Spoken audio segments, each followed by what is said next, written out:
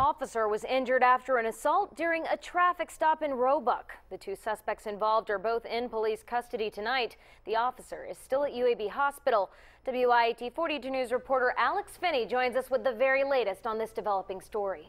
Well, Lee, the search for a third suspect has been called off. That officer is expected to be okay. We know that he did suffer severe blows to his face and his head. And according to the suspect who beat him, a lot of how he reacted had to do with fear. Recent traffic stops in Cincinnati and Texas, both which ended in suspects dying, has put people on edge.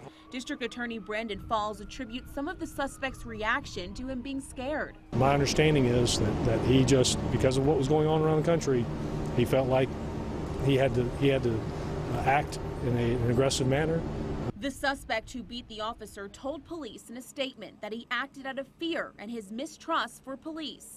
It's on the mind of the community, but it's also on the mind of officers. That fear was transferred to the people living in the Shadywood Lane neighborhood of Birmingham when word spread that the suspects involved in the officer assault were on the loose. One of the officers with his firearm in hand, he says, "Get back in, lock your door. We have some suspects in the area."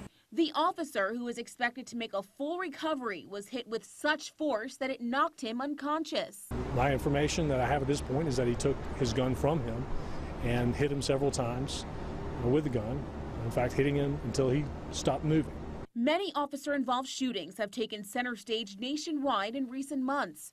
Regardless of the fear that the suspect may have been feeling, District Attorney Brandon Falls says the reaction on the part of the suspect was inexcusable. Issues between communities and law enforcement, obviously it's on the minds of all of law enforcement this week in particular, because we've had two homicides, two murders go on in the past week around the country. So officers are thinking about that, and that's not, from my understanding, what happened here. Now, prosecutors are seeking a warrant for attempted murder for that suspect that beat that officer. In studio tonight, Alex Finney, WIAT 42 News. Coverage you can count on.